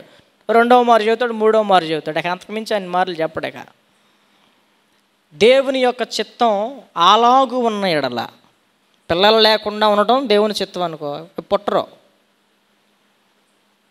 రోగము తగ్గి నువ్వు సాక్ష్యం చేయడం దేవుని చిత్తం అనుకో, రోగం తగ్గిద్ది.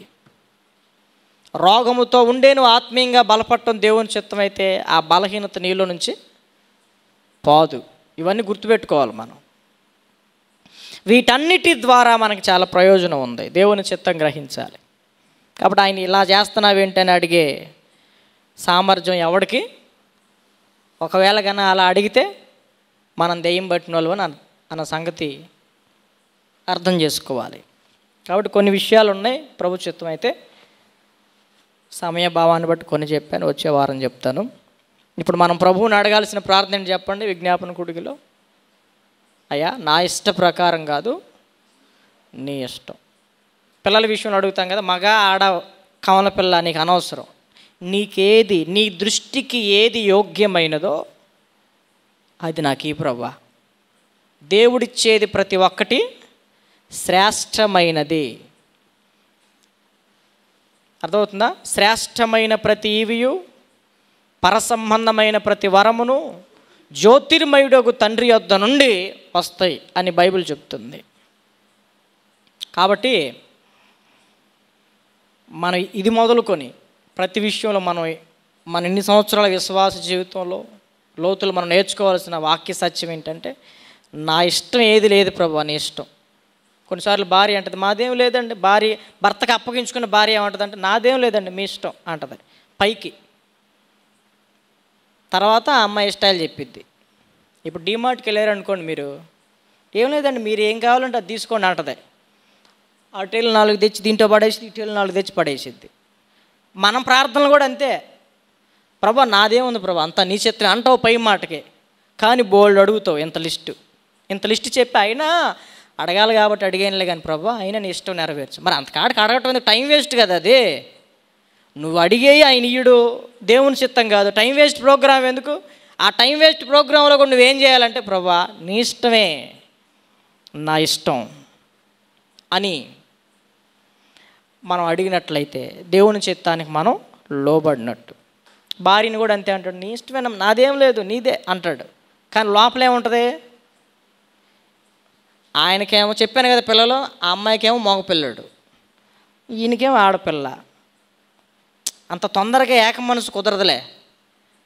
మన ఈ మధ్యనానులే అసలు అట్లా కలిగి లేకుండా ఉండటమే మంచిది. మరి అట్లా సర్దుకుని పోయి కాపురం చేయడానికి దేవుడు భార్యాభర్తలను చేశాడని ఒక ఆయన అనుభవం అది. కాబట్టి ఎప్పుడూ కూడా కొన్ని విషయాల్లో కలుస్తాయి కానీ కొన్ని విషయాల్లో కలవు.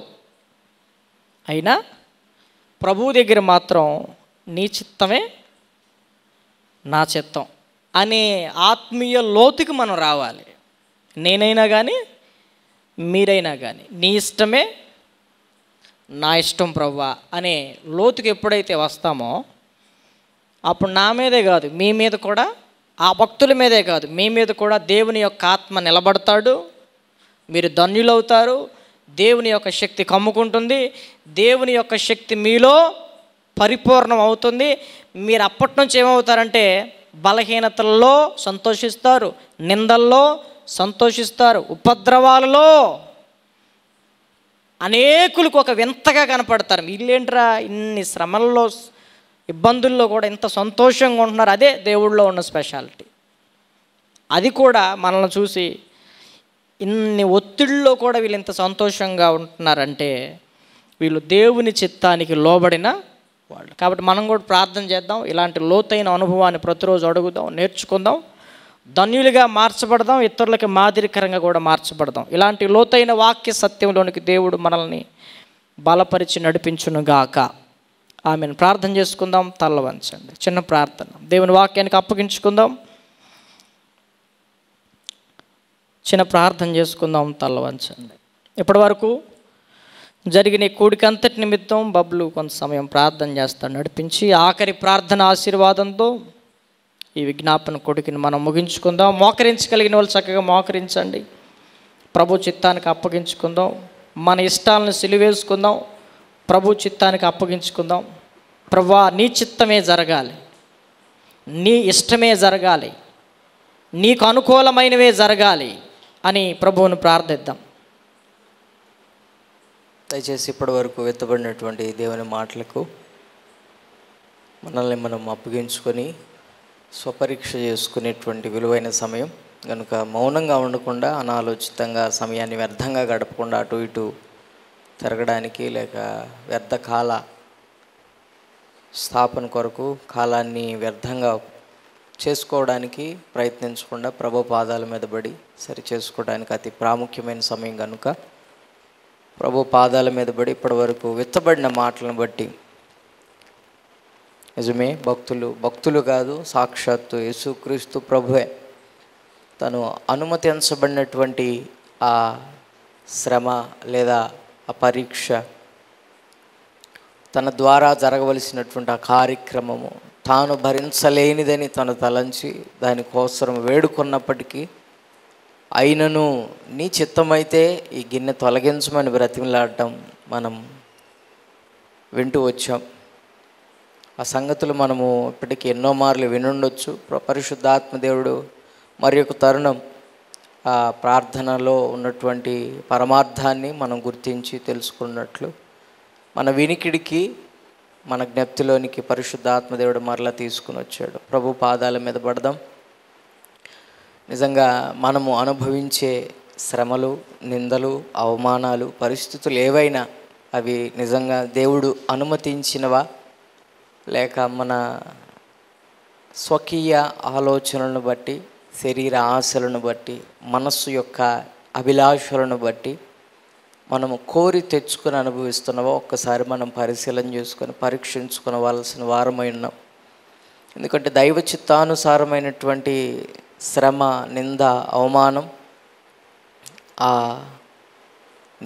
అది ఏదైనా దానివలన ప్రతిఫలం ఉంటుంది. దానికి గొప్ప భాగ్యాన్ని ప్రభు అనుగ్రహిస్తాడు.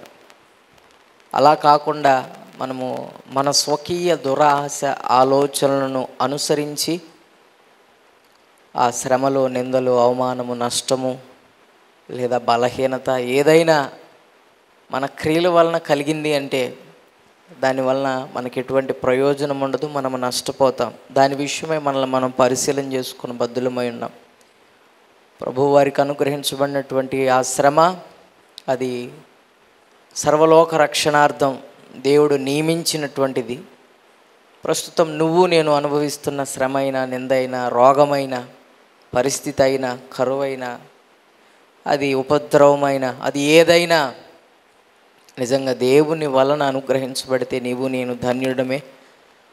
అట్టి పరిస్థితుల్లో పౌలు గారు ఎలాగ బ్రతిమలాడుకున్నారో, అయ్యా ఎప్పుడు బలహీనున్నప్పుడే నీ కృపచేత నన్ను బలపరుస్తూ వచ్చావని, బలపరచమని బ్రతిమాలుకున్నట్లు మనం బ్రతిమలాడుకున్న బద్దులమై ఉన్నాం. మనల్ని మనం పరిశీలన చేసుకునేటువంటి విలువైన సమయం. దేవుని వలన మనకి పరిస్థితులు, స్థితిగతులు అనుమతించబడితే ప్రియ సహోదరి సహోదరుడా దానికోసం ప్రార్థన చేయి.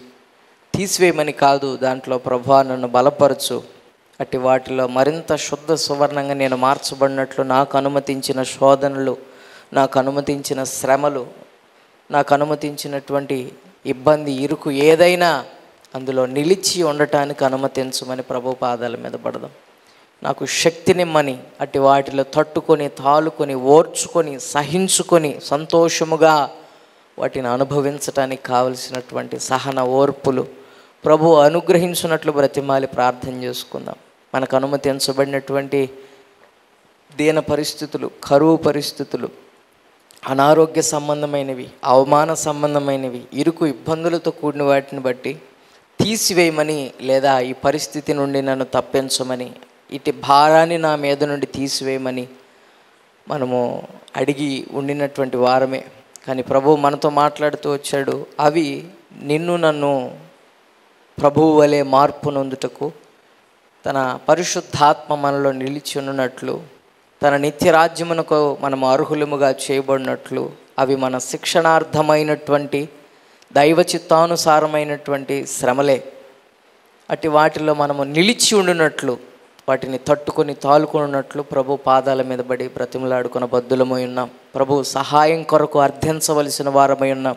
ఈ ప్రత్యేకమైన విజ్ఞాపన ప్రార్థన కూడికలో దేవుని చిత్తానుసారంగా అనుమతించబడిన శ్రమలు, నిందలు, అవమానాలు, ఇరుకు, ఇబ్బంది, రోగం, రొప్పు ఏదైనా అట్టి వాటిల్లో ప్రభువా నేను సహించగలుగుటకు శక్తినిమ్మని, నీ చిత్తానికి అయ్యా నా ఇష్టానుసారంగా వాటిని నేను అధిగమించటం కాదు, నీ ఇష్టానుసారంగా వాటిని నా జీవితంలో ఉండనివ్వండి, నా దేహంలో ఉండనివ్వండి. నీవు అనుమతించినంత కాలము వాటితో కలిసి నేను జీవించటానికి కృపనివ్వమని అడగగలిగినటువంటి లోతైన ఆత్మీయ అనుభవంలో నీవు నేను ఉండునట్లు ప్రభు మనకి మాటలు అనుగ్రహించాడు. కనుక ప్రియ సహోదరి సహోదరుడు, ఒక్కసారి మన అనుభవిస్తున్న పరిస్థితులు నిజంగా దేవుడు అనుమతిస్తే కలిగినవా, మన క్రియాఫలమా పరిశీలన చేసుకుని దైవ చిత్తానుసారమైనవైతే ప్రభు పాదాల మీద పడి అయ్యా ఇట్టి పరిస్థితుల్లో మేము నిలిచి ఉండటానికి మాకు శక్తినిమ్మని, మాకు బలము దయచేయమని, మమ్మల్ని బలపరచు అని అందే మేము ఏమైనా చేయగలమని భక్తులు పాడారు. భక్తులు వారి అనుభవాన్ని చెప్పారు. వారిని బలపరిచిన దాన్ని బట్టి ఆ బలమును, బలహీనతలో దేవుని బలాన్ని పొందుకొని గొప్ప కార్యాలు వారి ద్వారా జరిగాయండి. మన ద్వారా కూడా జరిగించ సమర్థుడు. దేవుని శక్తిలో లోపం లేదు, నీ భక్తిలో లోపం ఉంది.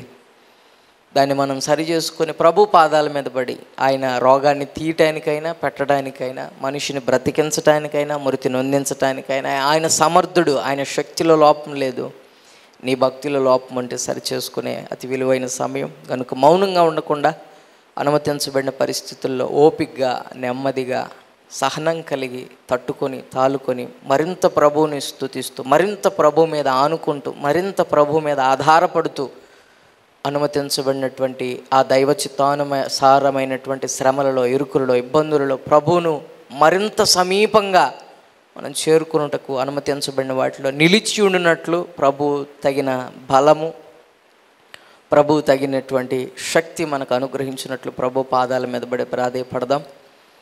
ఒకవేళ నీ క్రియల చేత అనుమతించబడితే వాటిని ప్రభు పాదాల మీద పడి అదే దైవ చిత్తానుసారమైన దుఃఖంతో ప్రభు నా క్రియల వల్ల కలిగిన ఈ పరిస్థితుల్లో నుంచి నన్ను విడిపించండి, దైవ చిత్తానుసారమైన శ్రమలు నేను అనుభవించాలి. శ్రమల పడుట మన మేలు కొరకని భక్తులు సాక్ష్యం ఇస్తూ వచ్చారు. క్రీస్తు కొరకు శ్రమ పడుట మేలని భాగ్యమని ఎంచుకున్నారు భక్తులు. మన క్రియల వలన మనము అనుభవిస్తున్నటువంటి వాటిని నుంచి విడుదల పొంది ప్రభు నిమిత్తమైన వాటిని, ఆయన చిత్తానుసారమైన శ్రమలను మన హృదయములో, మన దేహములో, మన జీవితంలో అనుమతించబడినట్లు ప్రభువుకు మనల్ని మనం అప్పగించుకుందాం. ప్రభు పాదాలు పట్టుకుని బ్రతిమాలుకుందాం. మహాపరిశుద్ధుడైన తండ్రి, జీవము కలిగిన దేవా, మీ ఘనమైన శ్రేష్టమైన మహిమ కలిగిన నామాన్ని బట్టి మీకు స్తోత్రం చెల్లిస్తున్నాం. ఈ ప్రత్యేకమైనటువంటి విజ్ఞాపన ప్రార్థన కూడికలో ప్రభా నీ యొక్క మాటలు మాకు అందించారు. అందుని బట్టి మీకు స్తోత్రాలు. నిజమే తండ్రి, మాకు అనుమతించబడినటువంటి పరిస్థితులు, శ్రమలు, అది రోగమైన, నిందైన, కరువైన, వేదనైనా, బాధ అయినా, కొరతైనా ప్రభా వాటిల్లో మేము సుఖాన్ని కోరుకుంటున్నాం. వాటిల్లో మేము వాటి నుంచి విడుదల మేము కోరుకుంటున్నాం. కానీ వాటిల్లో నిలిచి మరింత నీ సన్నిధి, మరింత నీ ఆత్మీయ అనుభవము లోతు మేము రుచించలేని అయా స్థితిగతులను మీరు చూసి మాతో మీరు మాట్లాడారు. అట్టి వాటిలో నిలిచి ఉండమని, వాటిని తట్టుకొని తాలుకున్నట్లు, పరిశుద్ధాత్మ శక్తిని పొందుకున్నట్లు మిమ్మల్ని వేడుకొనమని ప్రభా, వాటిల్లో నిలిచి ఉండినట్లు నీ బలము మాలో పరిపూర్ణమగునట్లు మేము వాటిలో నిలిచి ఉండినట్లు ప్రభా నాయన మేము ప్రార్థించగలగటానికి మాకు సహాయం చేయండి. మాకు అనుమతించబడినటువంటి పరిస్థితులను చూసి అవి తీసివేయండి. వీటిని మేము భరించలేకపోతున్నాం, వీటి నుంచి విడిపించండి. ఈ శ్రమలు మేము తాలుకోలేకపోతున్నాం, ఈ అవమానాలు మేము సహించలేకపోతున్నాం, ఈ ఇరుకు ఇబ్బందులు మేము భరించలేకపోతున్నాం. ఇంకెంతకాలమని ప్రభా అసహనం, నిన్ను ప్రభా తయారు చేసిన నిన్ను విరోధంగా మాట్లాడేటువంటి అనుభవాలు మాలో ఉన్నాయి. అయ్యా మీరైతే మీకు అనుమతించబడింది అది మీది కాకపోయినా మా నిమిత్తం మీరు సంతోషంగా ఆ నిందని, అవమానాన్ని, ఆ శ్రమను అంతా మీరు భరించారు మా నిమిత్తము. ప్రభు చిత్తానుసారంగా దాన్ని అనుభవించటానికి మిమ్మల్ని మీరు అప్పగించుకున్నారు ప్రభువా. అందుకే సకల లోక జనుల రక్షణార్థం ఆ కార్యం జరిగించబడింది. ఆ రక్షణ కార్యం మీ ద్వారా మీరు ప్రభు చిత్తానికి అప్పగించుకొని నీ దేహమందు మీరు అనుభవించినటువంటి ఆ ఘోర కార్యం అంతటిని బట్టి ప్రభు మీరు మీ ద్వారా రక్షణార్థమైనటువంటి కృప మాకు అనుగ్రహించబడింది. అలాగున మా జీవితాల్లో మా బ్రతుకుల్లో ప్రభా మాకు అనుమతించబడిన పరిస్థితులు ఏవైనా ఆయన ఎటువైనా ప్రభా సంతోషంగా తండ్రి మా ఇష్టం కాదు మీ ఇష్టమే మా ఎడల సిద్ధింప చేయండి. మీరు మమ్మల్ని ఎలాగో నలగగొట్టడానికి ఇష్టపడ్డారో, మమ్మల్ని ఎలా సరిచేయాలని ఇష్టపడ్డారో, మేము పరిపూర్ణము ఎలా కాగలమో మీరు మాకు నేర్పుతూ ఉండగా, ఆ పరిస్థితులు కూడా మీరు మమ్మల్ని నడుపుతూ ఉండగా సంతోషంగా సహృదయాలతో ప్రభా వాటికి అప్పగించుకొని వాటిల్లో మా బలము పరిపూర్ణమగునట్లు, వాటిల్లో మేము తట్టుకొని తాలుకొని నిల్చున్నట్లు, మాకు శక్తి అనుగ్రహించబడినట్లు మీ పాదాల మీద పడి బ్రతిమలాడుకోవడం, ప్రార్థన చేయటం మాకు నేర్పించండి. తీసివేయమని చేసే అయ్యా ఆ అవిశ్వాసపు అయ్యా ఆ బలహీనమైన ప్రార్థనలు అయ్యా మాలో ఏ ఒక్కరు చేయకుండా అయ్యా అనుమతించబడిన ప్రతిదానికి అయ్యా నీ ఇష్టమే మా ఎడల జరిగించమని అయ్యా మా హృదయపూర్వకంగా ఒప్పుకొని వాటిని సంతోషంగా అనుభవించడానికి మాకు కృపనివ్వండి. సంతోషంగా వాటిని అయ్యా మా జీవితాల్లో అనుభవించడానికి మాకు సహాయం చేయమని మీ పాదాలు పట్టుకుంటున్నాం ప్రభా. అయ్యా మీరు భరించటం వలన ఎలాగో అయ్యా సర్వలోకానికి రక్షణ కలిగిందో ప్రభా మేము అనుభవించటం వలన మాకు పరిపూర్ణత కలుగుతుంది. ఆ పరలోక రాజ్య ప్రవేశం మాకు లభిస్తుండగా దానిని మాలో ఏ ఒక్కరు వినబోతున్న వారు వినిన వారు ఏ ఒక్కరూ పోగొట్టుకోకున్నట్లు తమ తమ దేహాల మీద తమ జీవితాలలో నీవు అనుమతించిన ప్రతి పరిస్థితుల్లో ప్రభా నిలిచి ఉండటానికి దేవా వాటిని మీ సహాయం వలన జయించడానికి ప్రభా మీ చిత్తానికి అప్పగించుకొని మీ ఇష్టమే మా ఎడల సిద్ధించమని ప్రభా అయ్యా సహృదయాలతో అప్పగించుకొని జీవించే భాగ్యం తండ్రి మాకు మీరు కల్పించమని మీ పాదాలు పట్టుకొని బ్రతిమాలుకుంటున్నాం తండ్రి. కృప చూపించండి. ఇటు మాటలు మాకెంతో ప్రయోజనకరమైనవి. ఇలాంటి విజ్ఞాపన చేయబోయే ప్రార్థన ప్రభా ఇలాంటి ప్రార్థన మాకు నేర్పించినందుకు మీకు కృతజ్ఞతలు. ఇటు అనుభవంలో మమ్మల్ని ముందుకు కొనసాగింప చేయండి.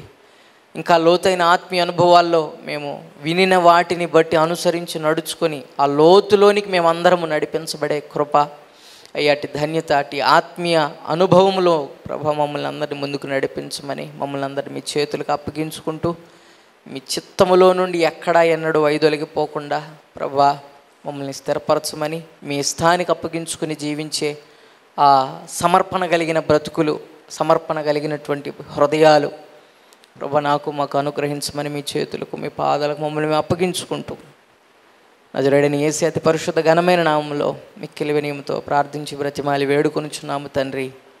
ఆమేన్. ఆమేన్. మన తండ్రి అయిన దేవుని దీవెన, కుమారుడైన యేసుక్రీస్తు వారి యొక్క అత్యున్నతమైనటువంటి కృప, పరిశుద్ధాత్మ దేవుని యొక్క అన్యోన్య సహవాసం, సమాధానం సదాకాలం కూడిన మనకు, వాక్యం అందించిన దైవజనులకు వాక్యాన్ని విని వాక్యానుసారంగా బ్రతకాలని, ఆ లోతైన వాక్య సత్యంలో జీవించాలని ఆశపడి తీర్మానం చేసుకున్న ప్రతి బిడ్డకును ప్రభు కృప తోడయండి. వాక్యానుసారంగా సిద్ధపరిచి బలపరిచి నడిపించు గాక. ఆమేన్. ఆమేన్. ఆమేన్. అందరికి కూడా ప్రభు పేరట వందనాలు, హృదయపూర్వక వందనాలు.